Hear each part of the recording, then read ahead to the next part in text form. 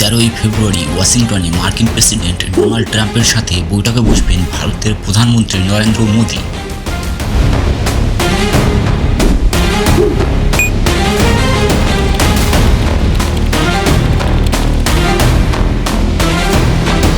এই সফর ট্রাম্পের দ্বিতীয় মেয়াদের প্রথম দ্বিপাক্ষিক মার্কিন সফর, যা ভারত মার্কিন কৌশলগত সম্পর্কের ক্ষেত্রে এক গুরুত্বপূর্ণ মাইলফলক হতে চলেছে। বিশেষজ্ঞদের মতে এই বৈঠকে বাণিজ্য, প্রতিরক্ষা এবং জ্বালানি সহযোগিতার মতো গুরুত্বপূর্ণ বিষয়গুলিতে গভীর আলোচনা করা হবে। ভারত ও আমেরিকার মধ্যে সম্পর্ক আরও সুসংহত করার লক্ষ্যে উভয় দেশই বৈঠকের জন্য নিবিড়ভাবে প্রস্তুতি নিচ্ছে।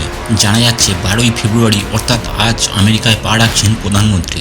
এরপর আগামীকাল অর্থাৎ 13ই ফেব্রুয়ারি ওয়াশিংটন ডিসির হোয়াইট হাউসে প্রধানমন্ত্রী দেখা করার কথা রয়েছে মার্কিন প্রেসিডেন্টের সঙ্গে। সাক্ষাৎকারের সময় যদিও এখনও জানানো হয়নি। মনে করা হচ্ছে একাধিক গুরুত্বপূর্ণ বিষয় নিয়ে এই বৈঠকে আলোচনা করা হবে।